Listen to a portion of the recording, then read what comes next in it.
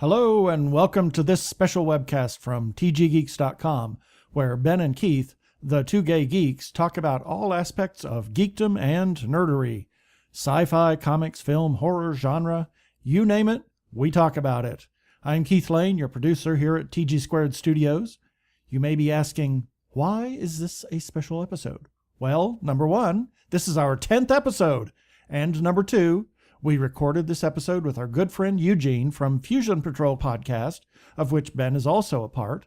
And number three, we are talking about Doctor Who. Not just any Doctor Who, but the premiere episode of Peter Capaldi playing the Doctor. So now I turn it over to Eugene, who led the discussion.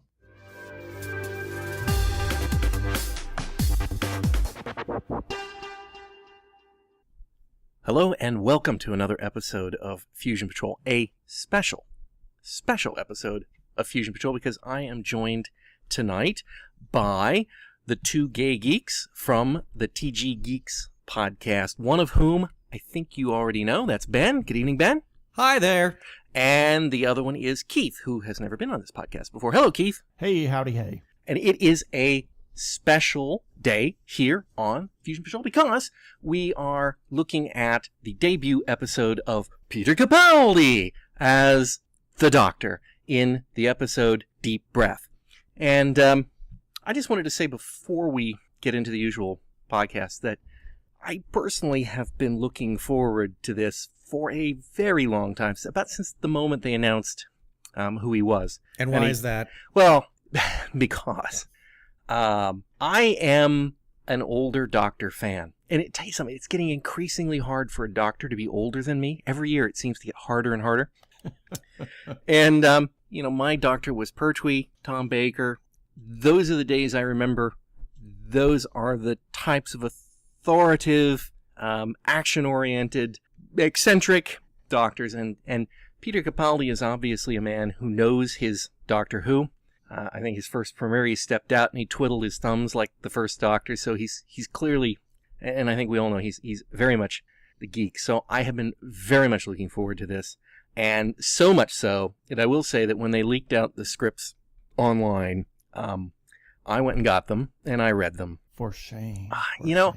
I'm not one of those people that spoilers bothers. I mean, I read practically the target novelizations of most of Doctor Who long before I ever saw the episodes, and it never bothered me in the slightest. So, to me, what it did do, though, is it gave me an interesting opportunity to know what was on the page before they made the episode, and there's a couple things I want to mention when we get into the podcast. So are you guys looking forward to Peter Capaldi? I'm always going to call him that, too. There's something about the way he pronounces that last Capaldi. Which is correct. It's not Capaldi, it's Capaldi. It's Capaldi, I know. But something about it makes me want to turn him into, like, somebody that should be in a circus. It's Peter Capaldi and the amazing knife-throwing act, or something. It just does that. I'm going to try to break that. Anyway, what were you guys thinking before this episode came, one way or the other? Well, I think that for me, this was the first premiere where I was actually rather positive, feeling optimistic. I had a certain excitedness towards it. In the past with Doctor Who specials and whatnot, I've always kind of gone into them feeling a little, a little worried, a little negative almost, but not this time. I was actually very excited about this new premiere, and that's largely due to the fact that it was Peter Capaldi. Keith? I was very much looking forward to it as well. I thought, it's time we get back to an older Doctor.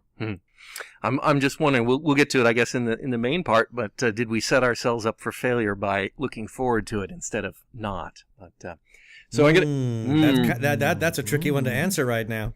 So synopsis in the short kind, because we are not going to be very spoilery, and I'm sure everyone's just watched the episode. In Victorian London, the veiled detective, Madame Vastra, and her sidekicks, Jenny and Strax, encounter a massive dinosaur down by the Thames. How did it get there? Answer, it traveled on the outside of the TARDIS, which it swallowed in the Jurassic. The newly regenerated Doctor is quickly embroiled in a murder mystery involving spontaneous human combustion and clockwork robots that have been keeping themselves alive by stealing human parts. Can Clara find the Doctor she knows before time runs out, or is he forever a stranger to her? That's it? Yeah, I told you I went very short. Yeah, Man, that was brief. that was brief. First thoughts, Keith. I didn't know the first watch. I wasn't sure what to think of the episode. It just left me kind of like, huh? And then on the second watch, a lot of things became more clear. I did like the episode after watching it the second time. The first time I thought, oh, it was a little weird at the beginning, and then lost me in the middle. And then when it wound up, I had warmed up to the Doctor and warmed up to the episode. But the second time around, it really made more sense. Okay, Keith. The other Keith, Ben. Yes. I enjoyed it quite a bit. At first watch, there were a couple of moments where I like Keith. I found myself scratching my head thinking, do I really want it to go in this direction? But as it went on, I really found myself getting lost in a good way in some of its heart and some of the messages that this episode was actually conveying. And there was some good messages being telegraphed here. So by the time it was over, I was enormously satisfied and rather pleased with what I'd seen. I enjoyed it. When I read the script, I loved it. Yes, I went from loving it to I like it. I was afraid that would happen. And I can give you a couple of examples of things that I liked in the script, and it could just be me because I only read it once. Well, let me ask you this: Mm-hmm. How much did the script differ from what you saw? I would say, assuming that we can allow for slight memory problems, like there was an occasional line here and there that I don't recall, but that could just be I didn't, you're reading, you don't necessarily, I didn't memorize it. It was pretty much line for line. And of course, if I understand correctly, those were dubbing scripts, so they should be line for line exactly right. There's a couple things that when I read it came off differently. One, the minor one but I did think, I was like, how are they going to do that? My impression reading the script was that Jenny was naked when she was painting, or not painting, when Vastra was painting. And I thought, she's just wearing a shawl. And it's like, how are they going to do that and justify it? I mean, it was bad enough when Matt Smith was naked in Time of the Doctor. And I thought, that's pushing it a little bit. So the fact that she was really basically dressed, it may have been Victorian underwear, but Victorian underwear is bigger and more clothing than much modern outerwear is now. So, so that was one. And of course, then when Clara comes in and she says, just plop your clothes down on the chair, well, that means a lot more when Jenny is completely naked too. Unless it's all the outerwear. And maybe they didn't rework the script. Maybe they had intended for Jenny to be and they just decided to naked change it. And then, right. For which is, whatever. how you translate from script to a thing. But the thing that really got me that was different was I felt in the script that the Doctor was a lot more action-oriented in the script. A couple of examples. Well, the main example is diving off the bridge and swimming after the murderer. In the script, it comes off like Action Man leaps off and dives, and I'm picturing a beautiful dive into the water head first, hands form, and then a strong swim off into the Thames. And instead he just kind of steps off of it and goes flunk, and then we don't even see him swimming. You just see water he rippling. just disappears. You hear a splash of water, and that's it. I like it in my head better. if that Most makes any people sense. do that way. I mean, theater of the mind tends to be preferable. It is a difference, and to the active nature of the Doctor, I really was getting a strong Pertwee off the script. I could have read that whole script in Pertwee's voice and mannerisms all the way through, with a little bit of Colin Baker thrown in there. But for the most part, it was like, wow, it's John Pertwee's back. And I don't necessarily want somebody aping John Pertwee, but, there were qualities in John Pertwee, there were qualities in Tom Baker that were the same as the qualities in John Pertwee, that, manifest themselves as the Doctor. More commanding, more acerbic, more action-oriented when it needs to be. So, for the young guys, Tennant and Smith, even though they were young and fit and able, very dynamic, apart from running up and down a corridor. So those were the things that caught my mind. It's like it's less than the script, and I don't think that's a good thing. So, but I did still enjoy it, and I'm not You were at all disappointed, though. I'm not at all diminished in my liking of what Peter Capaldi, got to do the voice right, is bringing to it. I do wonder how much of it he was bringing to it that he was doing regenerative stuff. Because, for example, on my second viewing, I noticed he was kind of doing a Matt Smith there at times. A little like bit by with the the waving Thames of the with arms. the waving of the arms, and a lot of the lines of dialogue like, is it a broom it's replaced? No, it's not a broom. But you can still sweep with it. No, strike that. I mean, that's classic Matt Smith stumbling across a sentence until he realizes he's spoken too much and then cuts back. So Right. that could just be some of that a little distracting. I the regeneration episodes are always for me kind of odd because they stumble around. But this one was really distracting. Well, but I was a little distracted from the very beginning by a couple of things that kind of threw me off. So that made the whole watching of the first time a little odd. So I do want to add that, and we've all three of us have watched the Doctor Who Extra that was available on the BBC iPlayer. Now there is a little bit there where you see the Grand Moff. He's watching the filming of the episode. Now he already had this script written, so he had all the voices in his head, figured out as best as he could. He only can get so much out of Peter Capaldi. Up to a point. I mean, he never worked with him because Moff did not write Fires of Pompeii, if I'm correct. I don't believe so, no. No, so this is really the first time that he's had a chance to work with him. I'm not going to count the Christmas special because that was just too brief. So to actually watch Peter Capaldi in work, this was the first time with the filming of this episode. And Moffat makes the comment that he watched him and was getting a sense of the beats that Peter likes to use when he is delivering his lines. And I figured that what we're going to see is it's not just a case of Peter Capaldi kind of growing into the role, but perhaps also the writers, Moffat included. That's not good because that's what ruined Matt Smith. If you go back and look at Matt Smith's first few episodes, he was great. I mean, I really like Matt Smith. And then when Moff figured out what great comic timing he had, suddenly he got worse and worse and worse the more fantastic comic timing they put in there. And so I was actually, when I saw that scene on Doctor Who X, I was actually worried because he was looking at the scene where he was aping Matt Smith, in my opinion. He's like, I was watching his timing and his beats, and I was like, oh no, he's doing Matt Smith right now. Don't watch that. Watch something else. Go somewhere else. Don't look at that. Well, that's all we saw. We have no idea what Moffat all saw, and the only reason he was watching that is because that was Peter's first. I mean, it's the first time we actually see the Doctor in the episode, and as it turns out, it was the first scene filmed. Isn't that interesting? Yeah, because that it is kind of unusual. Uncommon. Yeah, it is rather unusual, and I wonder if that was by design.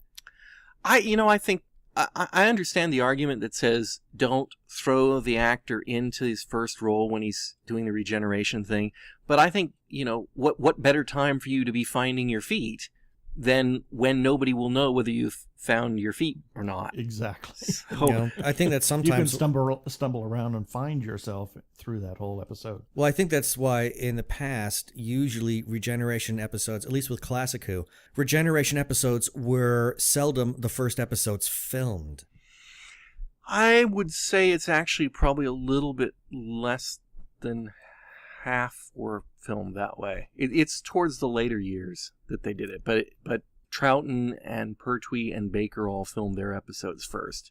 No, okay. And then Davison didn't. That's no, the cast. I know that. But then Colin Baker did because of that silly put one episode a year before the others. Oh God, I forgot about that. Sylvester McCoy had no choice. That's true. And then of course Eccleston may or may not have. I don't know. I have no idea. Tennant did because it's the Christmas special. That's true. And so then they went back to it for Matt Smith. So actually, it was. It's it sounds like it might have been only one Doctor then. Davison and Smith, for sure, and then maybe Eccleston. Maybe. Because I don't remember when they started. But in terms of classic Who, I guess it's beginning to Davison. look like it's only Peter Davison, which I'm rather surprised by. Anyway. But so I'm fine with them doing that. Well, in this, you make a good point, but I kind of have to. Well, I'm going to hope that Moffat is going to look more towards Peter's acting strengths and go in Those that eyebrows. direction. His eyebrows that can pop bottle caps. Instead of and those eyebrows are killer. Let's be honest. Man, those things Those are mighty eyebrows. They are prehensile. Let's be honest.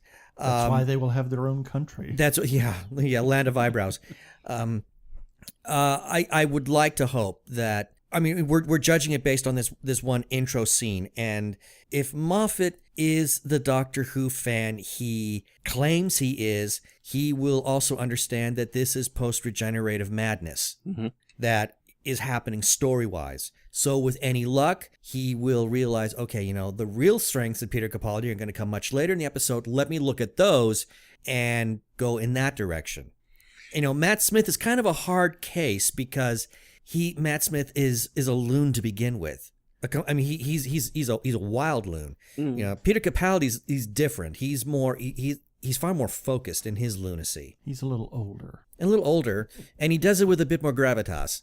But I and usually I'll be the first one to condemn Moffat on everything. I have done that numerous times in the past, but this is the one time I'm actually going to give him the benefit of the doubt and say, I think he knows what he's doing, and I think he's going to approach Peter's character development in the right way and not exploit the goofy stuff that we saw earlier on, but more try to build on the Doctor that we saw at the end of the episode. Yeah, I hope so. I've got a series of notes is talking points to bring out, so I'm gonna kind of hit. So does Keith. Well, let me ask you a question right off the bat. Uh-oh, I know where this is going. All right, go ahead. What about? Here it comes. And I suppose that you have this already on your list. I haven't seen your list. I haven't seen my list. Well, the first thing on my list, if you hit the first thing on my list, I'll be mighty impressed. Oh shit! The line where Vastra says, "Oh, I remember them when I was a child," and then so it made me say Silurian period with a T-Rex. Excuse me, we're only 400 million years difference there. Well, we know that the Silurians. We've had that. The Silurians. Yeah. No, they're definitely not from the Silurian period. Let's be honest. And then when Pertwee corrected himself in the Sea Devils, he was still wrong. So I don't think they've mentioned Silurians at all in the new series. They call them Homo reptilia. So we're just going to put them as Jurassic and... Weren't they actually addressed as Silurians in the episode where they kind of came back? I think he did mention that they were called that, but it's the wrong name. It's one of those. It's kind of like Pertwee there was a really weird hand wave done on his part. Homo reptilia. Yeah, it was something very strange. Yeah. But she is referred to as a Silurian. If you go to any of the websites or you look at the TARDIS wiki, she is referred to as a Silurian. That's just which an is a misnomer. Name. It's never going to get, never going to be right. But that was not the first thing I wanted to mention. Oh my God! There is one thing in this episode that I detested beyond belief. The magic wand? And that no, it's the part where you take a rat, live rat, and you stick an electrode up its butt, and then you turn the power on, and the rat screams, and then you pass that through an auto-tune device, and you get the new Doctor Who theme song. Oh, Keith hated it. Awful. Yeah, Keith hated it. I hated it. My note was that I found it tinny. I liked the clocky graphics intro. I loved that. I love the visuals. But I was not fond of the music. No, the music is. I found the music to be okay, but it was awfully tinny. But to be honest, that was the first thing Keith noticed. It's an auto-tuned rat. It's got to be an auto-tuned rat. That was one of the first things because they really redid the way it's structured, the beats of the whole intro music.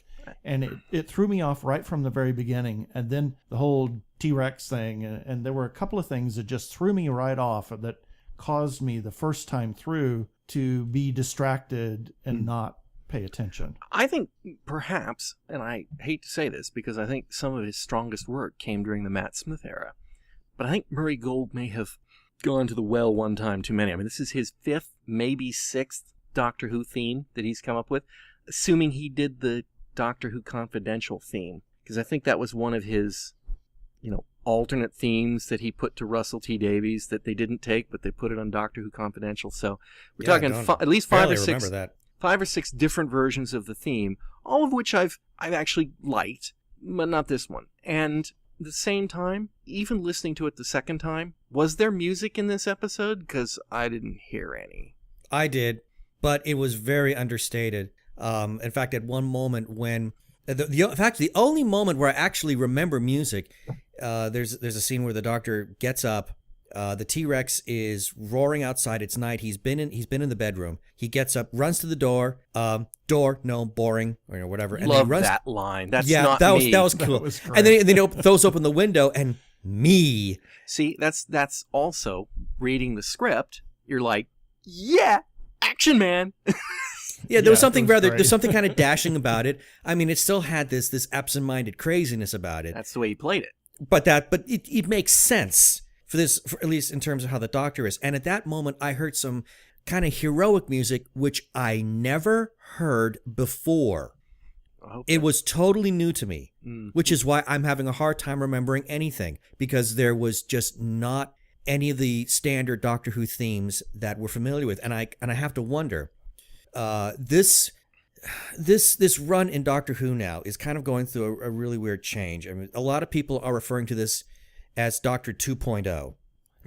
Doctor 2. Yeah, well, Who? And largely because this is the first of the new life cycles. So, and I remember Moffat stating in interviews that the show was going to go in a really new direction. And granted, I've heard him say that in the past, but this time I think he meant it because it felt very different. I agree that it did feel different. And I'm wondering if part of that meant, okay, we're going to throw out every Doctor Who theme we've ever had. He did it with Matt Smith.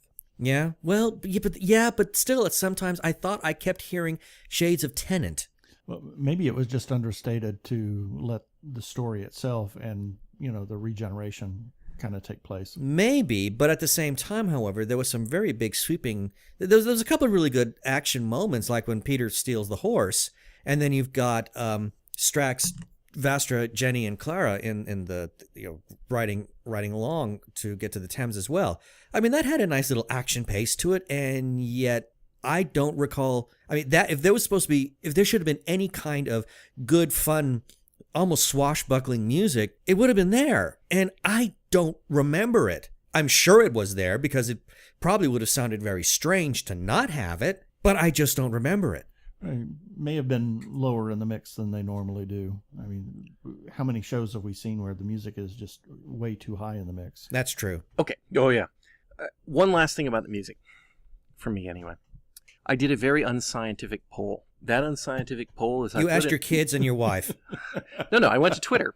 Oh, dear and God. I searched for the words who and theme for tweets that occurred after the opening tweet. And I took sequentially from the moment that I did the search backwards 100 tweets that mentioned the new theme song.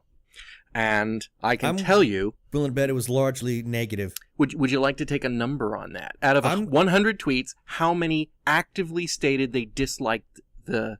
And I ignored ones that were neutral. So there were a couple where somebody would say, and there's new credits and a new theme song. It's Capaldi Day. It's like, that's neither positive or negative. So I ignore that. But they said, I love it. Did you throw those out, or did you... I just ignored them, and I didn't count them. They weren't part of the... You didn't... They're not part of the 100. They're not... It's either you had to express an opinion that you liked it or you disliked it. So it's 100... Yay or nays? Yays or nays. I'm going to say 92 nays. I was going to say 92 as well. 94. Oh, wow. 94 We're pretty nays. good. 94 nays, and many of which were very, very nay. And I didn't count mine. You mentioned the credits. I'm just gonna say, I don't know. I didn't. What, you didn't like the graphics? I thought that when that guy came out and did the graphics online, I remember when I posted it because I saw it, and I'm like, that's technically very good. I'll agree. The guy did a technically lovely job. I don't like the clock metaphor, the grinding gears of eternity and the Roman numerals and stuff. And when he did that, I said, it's technically very good, but God, it's crap. And really, the I fact rather that they liked it. took I liked that it too. and decided they wanted to use it, and then they put the part that I hate from the old credits, which is the TARDIS coming at you, doing the sort of Does this slow turn? pivot and then back down. It's like, wow, did you just make the credits I don't like? I honestly was going, where is Sylvester McCoy when I needed him for the music and the credits? God. Yikes. You hated it that much? I did not like them. Wow. do not like them, I will say. Holy cow. I think if it's an 18-year-old with his computer at home, it's an impressive job. And if you're a professional person that's doing opening titles to a show, it isn't. So maybe it's because I'm viewing this as I said, to me, this episode, except for the fact that we've got some carryovers from last year, this really technically this is a Doctor Who reboot. If you think about it, at least in my mind, I view it as a reboot because of everything that happened in the Christmas special. And when I approach it from that point of view, I have no problem with these opening credits because it's like this is a brand new show. Yeah, I just would have been happier with something else. It's that. There's no right or wrong about it. I mean, you didn't like it. You didn't like it. I mean, Keith and I enjoyed it. I mean, we hated the music. Probably the 50,000th time I hear the music, I'll start to, it'll be in the repertoire with the rest of them. And it'll be less painful. Exactly. Right. And that's kind of the way I felt about all the previous incarnations of the new series. I do catch... Like, oh, crime. I do catch myself, even now, when listening to the Doctor Who theme, I occasionally go, da-na-na-na-na-na, which is from the McCoy theme. Ugh. There's that little refrain that they throw in there every once in a while, and I catch myself doing it. It doesn't matter which version of the Doctor Who theme. It's almost like I can't think of the word now. You would know it. You're the musician person. Like a coda or what? Yeah, I can't think of what the word is, but an alternate theme that runs alongside. Like a counterpoint. Yes. A cadence. Yes. Let's talk about. I don't know. How about Peter Capaldi? I liked him. I think we covered a number of things. I thought his post-regenerative madness. Well, if we're going to talk about strictly his acting, anything. I His enjoyed, character I, as I it's played. enjoyed him. I enjoyed him enormously. He is a real nutcase. And I base that on other shows that I've watched with him in. Mm-hmm. Now, I can't judge him based on his one appearance in Fires of Pompeii, but I've seen other, contemporary-based dramas where the man is just nuts. And he's got energy. He has a lot of energy, which is unusual because he is at this present time the oldest actor to ever play the part. Now, I don't know if we want to count John Hurt. I have no idea how old John Hurt was when he played the War Doctor. But if we want to talk about regular actors who've had the role, Peter Capaldi beats William Hartnell by a number of months. That much I know. So he comes into this with more energy than I've seen in a long time. And his lunacy really worked, I thought, as far as the post-regeneration madness. It kind of fit, given what we know about we all kind of went into this expecting this regeneration to be really weird. I mean, we all expected it based on what we saw in the Christmas special. So there's nothing new. And then what I also liked how he was able to kind of present this sense of one thing that I really hate in a lot of post-regeneration episodes or regeneration episodes is that the Doctor just takes far too long to hit the ground running. Mm-hmm. It drives me crazy. And we didn't get that. Not from him. There were moments where I could see him phasing into becoming the Doctor and yet still maintain this sense of lack of control. And I really, it's not just in the story, but the way he presented it, the way he acted it. It made his Doctor very interesting to watch, because I find most Regeneration episodes boring as heck. And they drive me mentally. They're just really dull. And largely it's because I want to watch the Doctor. I did not get that this time. I got this sense of this man who was growing into becoming, this Time Lord. And I found him very engaging. And by the time we got to the end of the story, I really, really liked him a lot.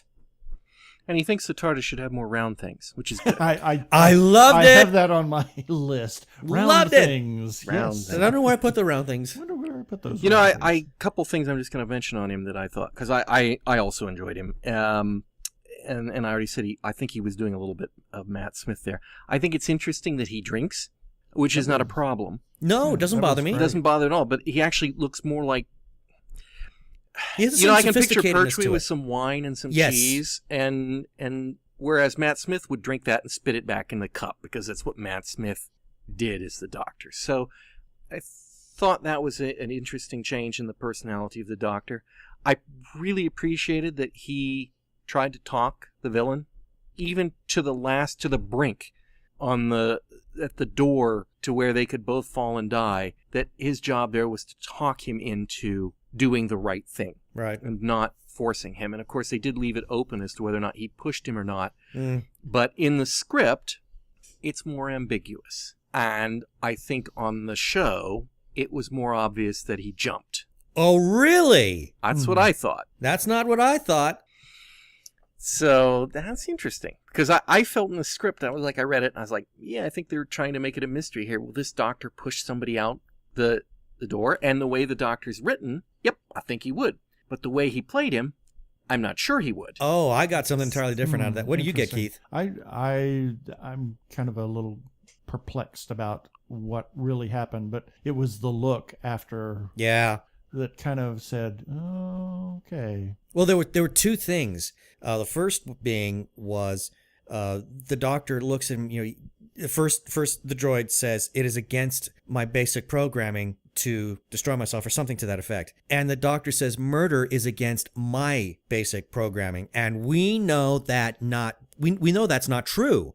He has killed. We've known that. Well, he's killed, but I don't know that he'd call it murder. I don't know. I think if we want to look at the entire Doctor Who canon and then take a quick little peek at the two Doctors, there was something a bit harsh. Yes, he was being chased by Androgum, yeah. the one Androgum. Shockeye, exactly. But there was something The Hungerman. Yeah, the Hungerman. There was something rather pretty harsh about the way he did him in. That's That true. made me think And he got into a lot of trouble for that, too. I'm sure he did. But at the same time, the Doctor always lies. We know that. And he even says, one of us is lying about our basic programming, and you know who it is, don't you? Or we both know who that is, don't we?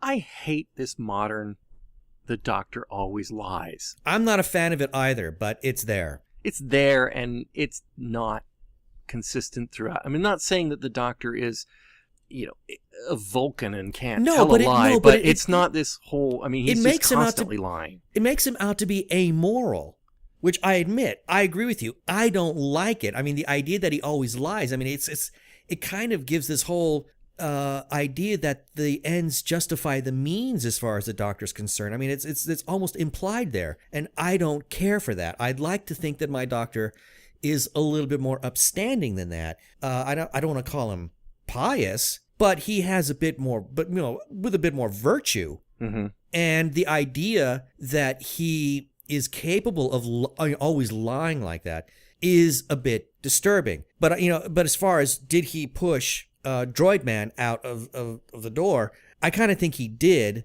only because he had no choice. But Droid Man did stop his flames. They backed away. He turned off his fire instrument. I mean, I'm standing down I know that's now. true. That is true.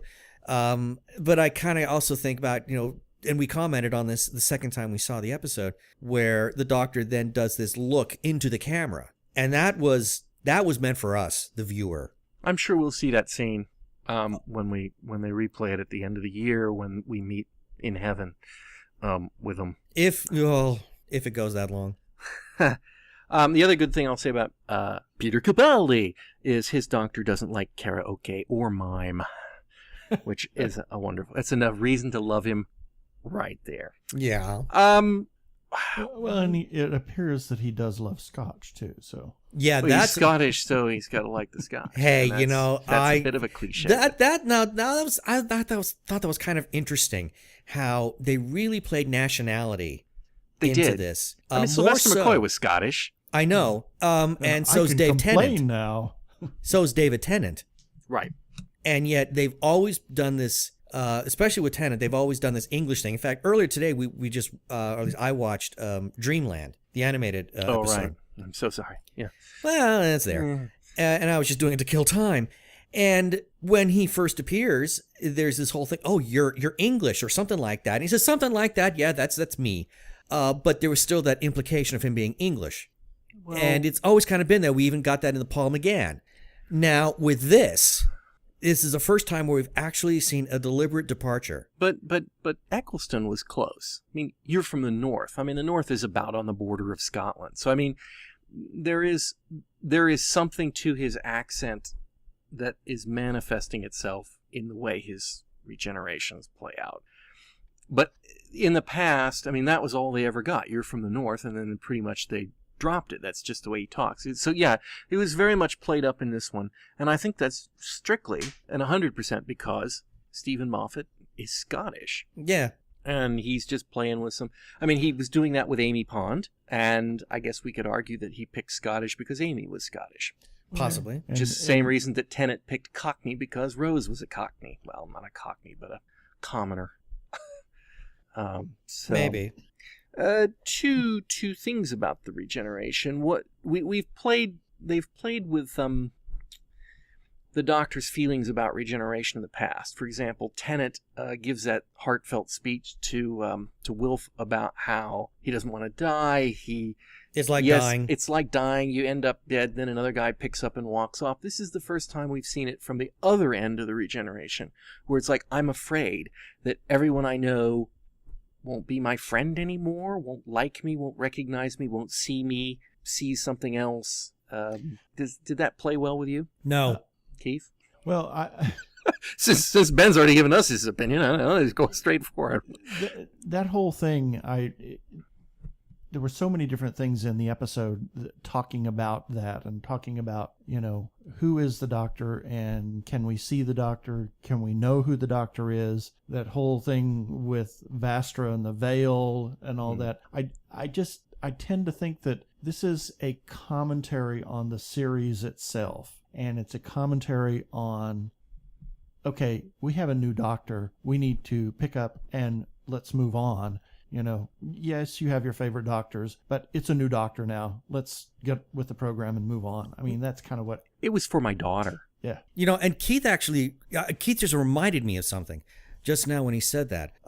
We remember when it was announced that Matt Smith was leaving, and of course there was all this huge speculation as to who was going to become the new Doctor. And the two big things that people were talking about is they wanted different skin color or different gender. And you and I have had that conversation in the past. And of course, they all base that largely around the Doctor's wife, where the Doctor admits that Time Lords can change their gender through regeneration. Well, the Doctor always lies. That's true. The Doctor always lies. So nothing he say can be taken as canon because of the Doctor always lies. Yeah. Well, it seems like a gimmick to me, and that's really the big... I know. That's the big deal. But the fact remains is that there was a lot of... There was huge public outcry about getting noisy a woman. Outcry, it was anyway. Really... Well, it was Whether pretty noisy. Huge is another matter. Well, I think it was pretty big. From where I was sitting, Small mouse can squeak pretty loud on the internet. I know, but Keith and I, at that time we were very much involved with Slice of Sci-Fi, and there was just a lot, huge... We were hearing it a lot over there. A lot of people saying it really, make it a woman, make it a woman. And you and I have had that conversation. We were both in opposition to the idea of you just don't regenerate the Doctor into a woman just to satisfy the fans, because that's pandering. And you don't want to do that. I mean, you do it if it makes sense, if it's organic to the story. Just don't do it because people want you to do That's it. the problem. It's not organic to the story. Yeah. Well, no. Well, certainly at this point but it now hasn't been. somehow the Scotsman is. I mean, Well- is that worse? Well, to some people it was. And not the fact that he's Scottish, but the fact that it was an older guy. Now, exactly. and- And that's what I had talked about as well. We talked about that after the second episode, or while the second episode, or second airing, yes, is I felt that they thought they needed to make the Doctor younger, and then because people have difficulty with the regeneration anyway, and then all of a sudden here they're bringing somebody in that's much older, and we have that whole thing. Well, you know. we all saw what Matt Smith looked like when he regenerated. He looked 2,000 years old. So he is much younger this time through. well, that is true. but- But in terms of first-time regeneration episodes, he was significantly older than we've seen David Tennant or Matt Smith, and we saw that progression. I mean, I kept thinking, holy cow, if they keep going down this road, I mean, next thing you know, you're going to get Justin Bieber to be playing the Doctor, and then I'd have to kill myself. So I think a lot of people were kind of outraged. I think Keith's right. I think he's dead right. I do too. The phone call from Matt Smith to Clara in this episode, which I didn't care for, was written for the fans. It was written for my daughter. Absolutely. It was absolutely written for girls who, might have a little crush on the pretty boy along the way and say, look, I am, this is the way it is. Bear with me. You'll see I'm the same man. I need your help. Da, da, da. It was like he was looking at the screen right at her. Yeah, I agree. I think Keith nailed it when he said that it was a commentary. I think he's absolutely right. Yeah. And then to kind of continue on in that vein, that whole episode with Vastra and the Veil, and I think that whole episode was don't judge a book by its cover, because Clara seemed to say at the very beginning of the episode, this is the Doctor. Mm-hmm. I saw him change, and then all of a sudden she's like, but I want my Doctor back. She has a problem with him. Yeah, she kept saying, I want my Doctor back. Okay. And then that was, where you need to look at the heart, and that's where Vastra's comments came in. Okay, so this is my main complaint about this. I don't have any problem with this storyline where the companion has to adapt to the Doctor in various, and we can explore that in different ways. I know where you're going with this. Right. With Rose, it was, he left me, and right. etc. But in the case of Clara, of all the companions she's throughout she's the wrong one for this storyline, because she, of all people, has seen every regeneration. One of them. That's right. And she's the impossible girl. She has, according to that story, she has actually been there to try to help each incarnation of the Doctor. Given that, she is the last person to be judging him. Right. Right. She's seen every incarnation of the Doctor. She knows that he's the same man in different guise, and she fell in love with him. I think she did. I think there's a little something there, and I'm glad they didn't go the route with Rose and all the weepy and the mascara running and he left me, Mom, blah blah blah. But she of all companions should be more accepting than any other companion that's ever existed. If anyone in this universe should be able to have no problem with him regenerating, it's Clara. Well, they to play that on the flip side, there is this one bit where Vastra does tell Clara that the Doctor trusts her more than anyone and needs her more than anyone else. Vastra already has that understanding because she was there on Trenzalore when the crypt was open. So she understands Clara's role in all of this, on some level at least. So for her, it makes perfect sense for her to deliver that line. She shouldn't have had to.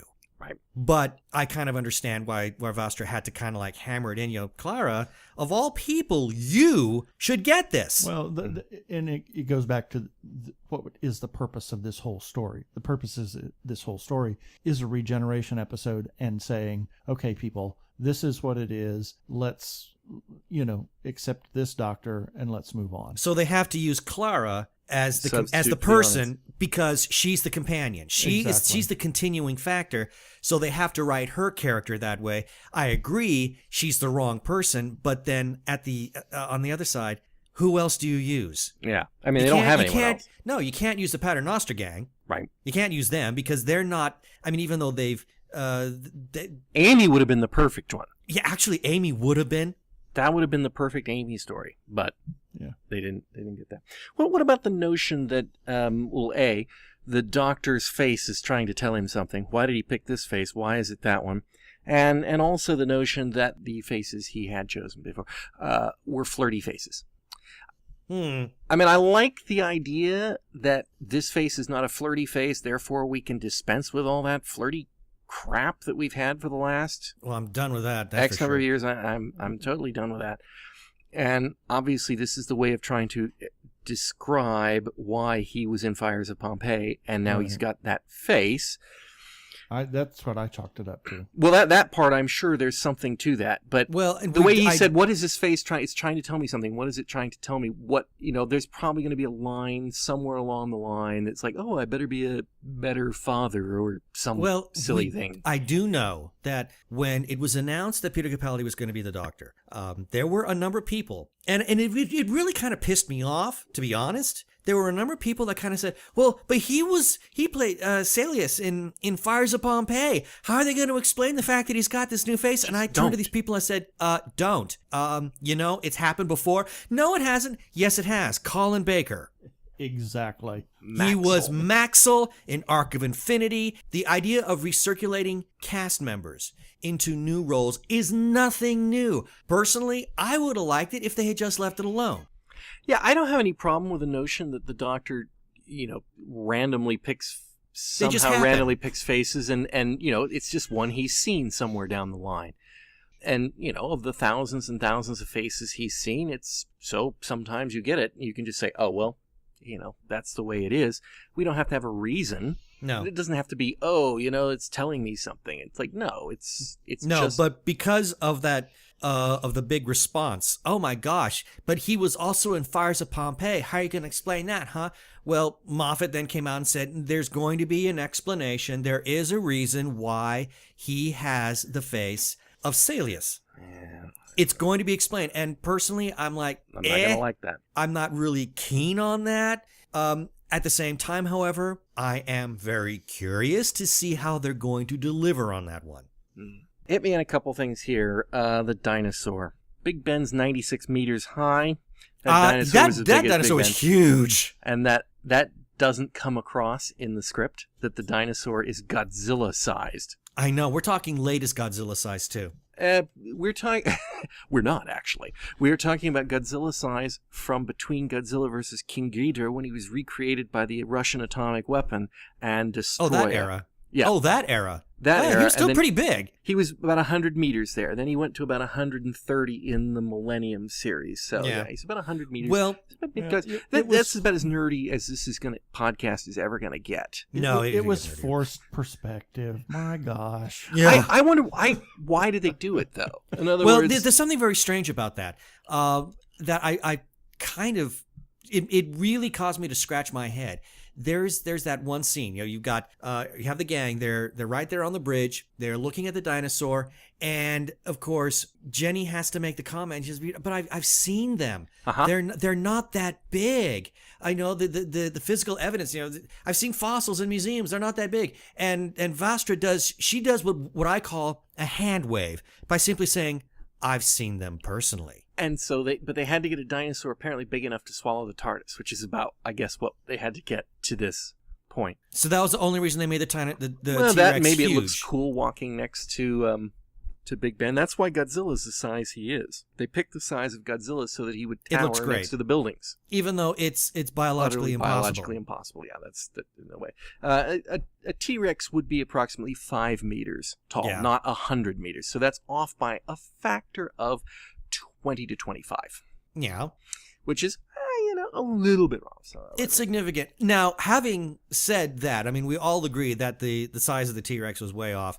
I thought it was cool that he was there. It was cool. I really dig it. And I felt sorry for it. I did too. Yeah, I did too. So that kind of dovetails into this next little bit, something that Keith and I both noticed. We caught it the first time, but we really caught it the second time, and that was the doctor translating the T-Rex when he was unconscious? Partially. Or He was at speaking first. to Clara? Or was he talking to Clara? Both. He was I say both, yeah. He was translating it first, saying the sky and everything's different. And then at the end, Clara thought he was still translating the T-Rex, but he was saying, you can't see me, you can't see my face. That was for he her. Shifted. Yeah, he was talking to her. It goes back to the commentary on the series. Yeah. But one of the things that because we were hearing that translation in the beginning, and I did agree that the first part of it did sound like it was about the T-Rex. When the T-Rex spontaneously combusted, I was really bummed out. That really made me sad. Yeah, it didn't anger me, because I want to harken back to 2 years ago with dinosaurs on a spaceship, which I hated beyond belief. And Keith and I we were in Canada when that episode aired. That's probably why you didn't like it. No, yeah. It was the Vancouver television.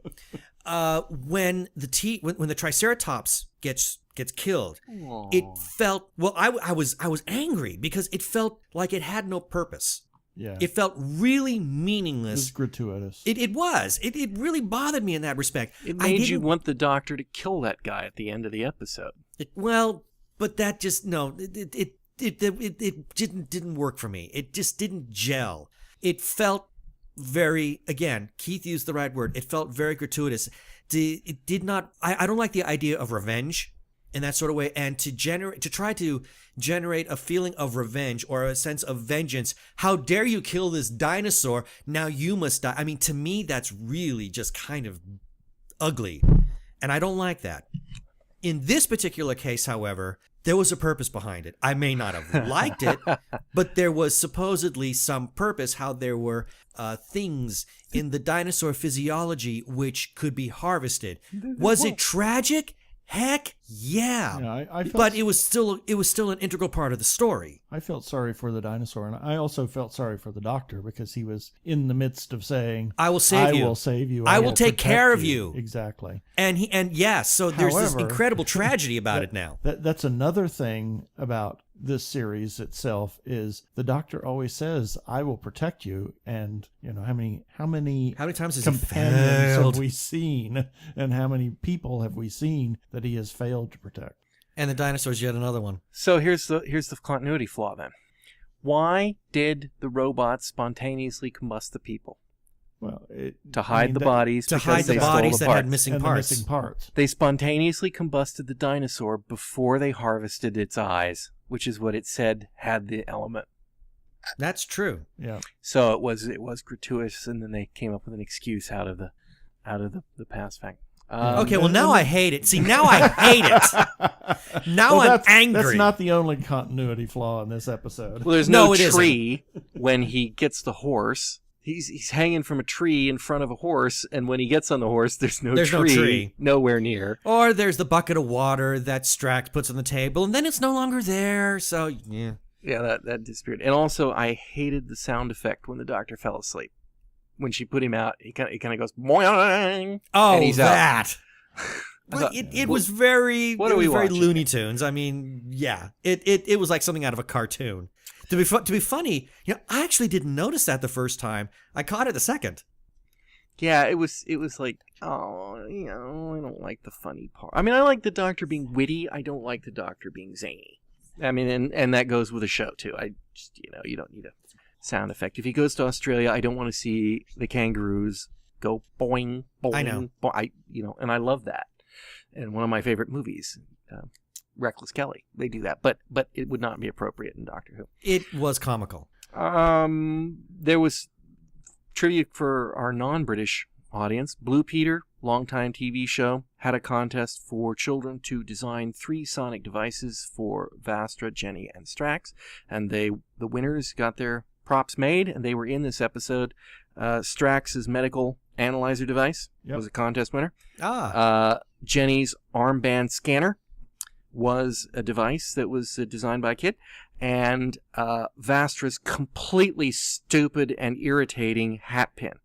that locked the door was. Yeah. Apparently, they couldn't come up with anything for it to do. So Sonic it was so they made it the yeah, door. Yeah, it locked the car. Didn't like that, but I just mentioned congratulations to the kids though. Awesome for you. Awesome for you. And a blue Eugene Peter hated badge. them. No, I didn't mind them. You just hated Vastras. The hat pin was silly. I thought, what are they going to do with it? And then, it's like when David Tennant chirped the TARDIS door. Yeah, that joke just doesn't. That 40 years from now, that joke's gonna It's not fall going to flat. hold up. No, it's just not going to hold up. Nobody think. Gruesome body parts. Yeah. Balloon made out of skin. Sticking Yeah. the human face on Clara's face. Oh, that was a little That creepy. was weird. The whole- doctor wearing a human face. Yeah, the whole middle of this episode just I lost me. I thought it was almost a non sequitur. The clockwork droids, okay, fine. Did we really need a Well, they're sequel? from the from the 51st century. I mean, now there's Yeah, a whole that's where story it got element that I'm weird. really stopped Yeah, on. Well, it got interesting by the time it was all over. Yeah, well, the 51st century was where the Madame de Pompadour was from Girl in the Fireplace. Right. And it could travel in time. That's how they were going back to going through the life of Madame de Pompadour. So it obviously had some sort of temporal travel. And conveniently, inside small parts on the spaceship, not only do they include the name of the Marie Antoinette, but then in smaller print it says sister ship to the Madame de Pompadour. True. Right. Which is ridiculous. I'm sure the Titanic did not have on all its parts sister ship to the Britannic. That was just... And then the Doctor doesn't recognize it. So as sequels go, it's not even really a sequel. No. It's just, and And they don't even I- look the same. No, and I have a problem with these very clockwork type mechanoids from the 51st century. I mean, to me, that just seems really kind of out of date. Well, it's steampunk. Yeah. So I had a problem with that, and that's why I kept thinking, is there another connection that we are missing at this point or has not been introduced to us? I just think that when they made the first episode, I think the clockwork creatures in the 17th century, 18th century, probably 18th century. And it's Victorian England. No. I mean in Girl in the Fireplace. Oh, That's earlier. I think that's 18th century. yeah, that's earlier. I think that makes it look like they're part of that period, and so it made it a creepy and kind of cool thing.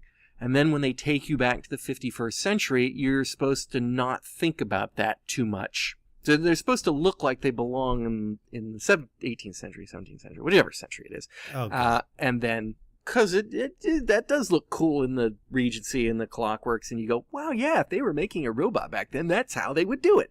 But then they you wave your hands and forget about it when they go to the 51st century, or you should.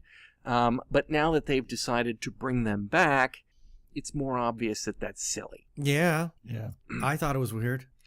And then they made them so unrecognizable that why even bother to bring them back? Yeah. Well, the only one that was recognizable was Mr. Half-Face himself. And that's just barely. I mean, with the Roman caging around the face and all that stuff, it was... Oh, and also gruesome body on the spire. Yeah. That was a bit... Yeah, luckily it was kind of far away, but yeah, it was pretty gnarly. So that was... I wanted to mention those. One thing that kind of really made me just stop and say, huh, is the Doctor's been alive for over 2,000 years. Do we really want to do the math on this one? Well, I think that's right. I think he was 600 to 800 years on Trenzalore.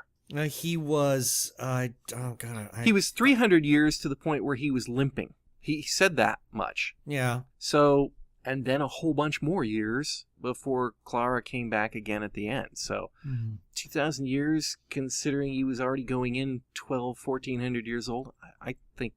I mean, I don't like that they did that to him. I like the fact that the Doctor got a long run on one of his bodies. I've always disliked the fact that poor... He always has to regenerate early. You kind of look at Tom Baker and you think, he lived 7 years. There's this sort of one-to-one relation between the two because you see that steady progression with the companions. And so there's really no time for him to go off for 800 or 900 years and then come back and pick up another companion. Right. Well, I found a graphic online. Oh, yeah. I've seen that one. The Age of the Doctor. Yeah. Yeah, and it shows that there's clearly been some very bizarre reset because according to this, Paul McGann's doctor was 1,125 years old, but then when we get to David Tennant, he's only 903. Right.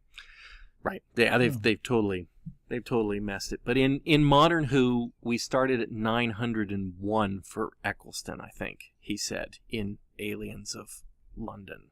Well, it's all wibbly wobbly, timey-wimey. And the doctor lies. And it's even stated that actually Moffat himself said, and I have this quote, it was from SFX in 2010, "The thing that I keep banging on about is that he doesn't know what age he is. He's lying. How could he know unless he's marking it on a wall?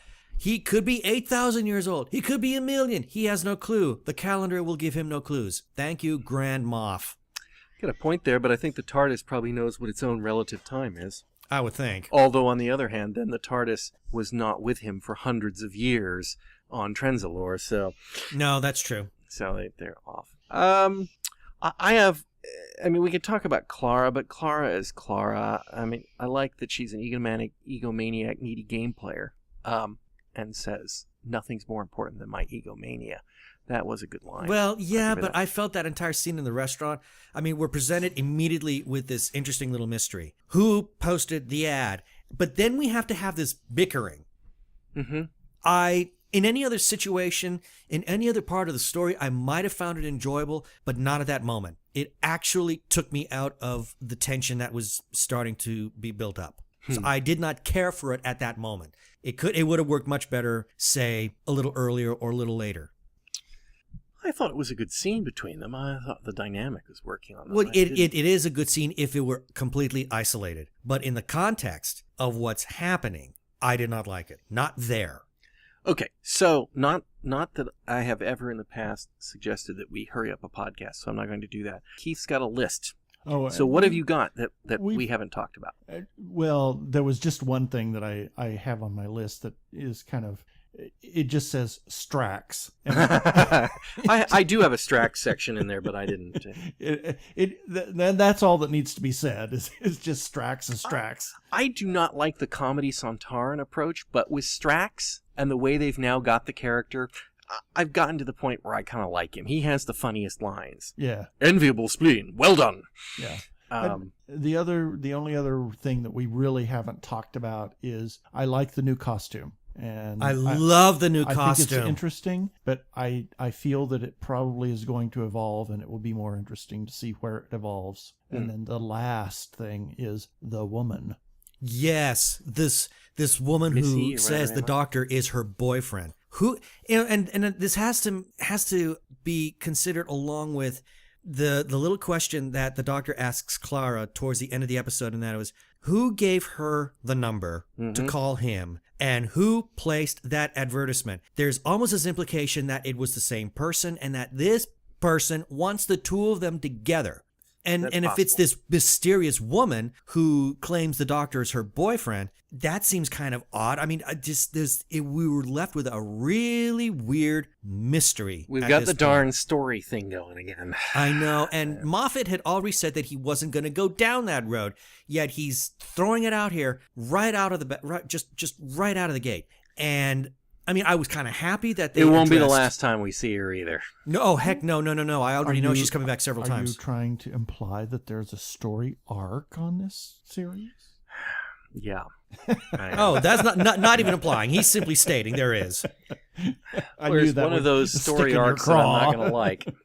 No, I'm not happy about it. I'm not necessarily happy about it either. But I was kind of pleased that at least they did harken back to the phone call from Bells of St. John. That one irritated the heck out of me. I'm glad at least something's going to be done with it, even if it's something I'm not going to like. It bothered me that I was always irritated that it never got addressed. It was that's a bad hand wave. At least it felt like that throughout the remaining episodes for that series, and then for it to be brought back in this one. It was like, yes, I'm so glad they're finally going to tie up this last bloody thread, because it really kind of annoyed me that it had never been talked about. Okay, so I got my last thing on here on the list, and actually it's really good that we have the two gay geeks on the podcast. Uh-oh. Here it comes. What the heck is up with those lesbians? There, see? I mean, are they trying to act like the worst stereotypes that we can imagine running around? The whole men are monkeys. I mean, lesbians I know are not men haters, and yet actually, I know a couple that are. Well, I'm sure that there are, but so that's why it's kind of like, but that does seem to be the stereotype. And Moffat is not known for writing particularly good female characters.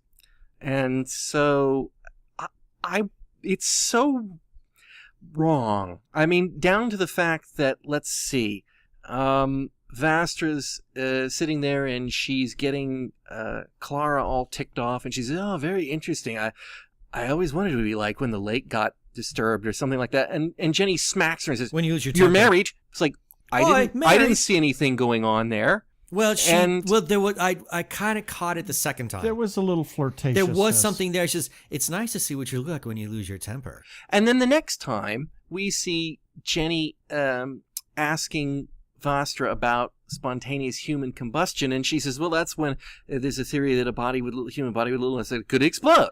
And she says, you're flirting. Like, yeah, she was flirting. That was a non sequitur. that was weird.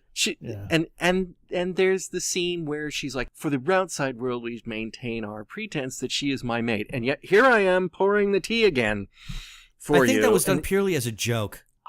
Not a good one. Is there a divorce coming in Reptile and Human Land here? I doubt it. No, I think it was done purely as a farce. I don't think there's any significance to it. It was just done as a joke, and not a good one, to be honest. It was just sarcasm, I think. Well, they didn't back away from it though, because she immediately basically put her down. Well, and then she made another couple. So I mean, it's not like a couple where you. Vastra's always been she's self-important. Yes, precisely. And superior. Precisely. That is, I mean, if we are to accept the fact that Vastra is, if not Silurian, she's at least related to the Silurians. I mean, the Silurians had, from past episodes, we know they've got this superiority complex over apes. Yes, which does make that relationship a little so it makes lopsided. Well, what that tells me is that in this particular case, this is less about lesbianism and more about bestiality. Didn't get that one, but you just caused us to have to put an explicit warning on this episode. Exactly. Worse than that, once they figured that out on Doctor Who, they won't be able to run it out after 9. No, before 9 p.m. watershed, because that's illegal in some parts. Illegal in a lot of places. Most places where Doctor Who would air, it will be illegal. The relationship the flirty bits, I wasn't seeing flirty bits, and the always relationship between them is so uneven and so. It's been uneven unfair. Since the very first time we saw them. Well, yes, but they're making the relationship more. I don't want to say explicit. That's not the word I'm going for. But in other words, we're getting more screen time with Vastra and Jenny, and the more screen time we get with Vastra and Jenny, the more we get to explore their relationship, and the more it doesn't make any sense because I just still have. Vastra has this superiority complex over apes. Okay, fine. But don't you overcome that in love, or it isn't love unless it's a pet? Well, that's the part that bugs me. And I kind of think this is just Vastra falling back possibly on psychological conditioning on her part. But yes, she has overcome that. We know she's overcome that. We saw that on Transalore when the Great Intelligence was killing Jenny. We saw how Vastra reacted towards that. And clearly, Jenny reciprocates because she says to Clara in today's episode, I just don't like her. I love her. So I think there's some kind, I don't want to call it compensation or damage control or anything like that. I mean, it's really hard to kind of write that kind of relationship because Jenny gets it right. She's a lizard. So there's going to be some different kind of behavior anyway. Doesn't answer the question though. What if she changed? What if Vastra changed into a male human? Well, that's you, and you make a good point, because Jenny never did answer that question. She she fell back on, I married a lizard. See, I can take differences. Okay. But can you handle change? Can you really? Can you handle change? That's the question that Clara was asking. And she didn't answer it. No. She did. Well, I just have... Well, the whole episode's about change anyway, so... Yeah. I don't think I've got anything else on this. I think I pretty much covered all of my points. Then Keith will let you go first for last thoughts. I thought it was a good episode. It was a little uneven at first, but a very good episode, and I like Peter Capaldi as the Doctor. Ben? I found it to be a well-played episode, and not a bad start for Peter Capaldi. I hope we get to see more character growth in him. Well, right now, he does appear to have a certain weight to the personality, which gives him a sense of gravitas and seriousness. Authoritative has been a word that's been thrown around, which I think is very applicable. In some ways, this does feel like a slight callback to earlier Doctors, most specifically Hartnell and Troughton, but yet at the same time, it feels like a fresh new start. This, as far as regeneration episodes go, I thought it was equally as strong as 11th Hour. It was big. This episode was action-oriented, and at the same time, it was also heartwarming. It made me think about veils and the masks that we all wear, and how important it is for us to see through them. That's unusually deep. I don't mean that's unusually deep for you. I just mean that's unusually deep for an analysis of a Doctor Who episode, which is usually a pretty light piece of fluff. My thought is I enjoyed it. I'm looking forward to seeing it on the big screen in 2 days, even though I've now seen it twice, and I don't need to see it a third time, but hey, I want to see that dinosaur on a big screen. And you paid your money. I want to see the reaction of the other people. That was really, I found enjoyable at the 50th at the theater, was listening to the other people have the reaction and go through. So I'm enjoying Peter Capaldi so far. He's not quite what I thought he was going to be out of the scripts, which is, I guess, the interpretation of actor to screen, and perhaps director along the way. We'll see how that goes with the next few, and particularly Robots of Sherwood. That will be an interesting test.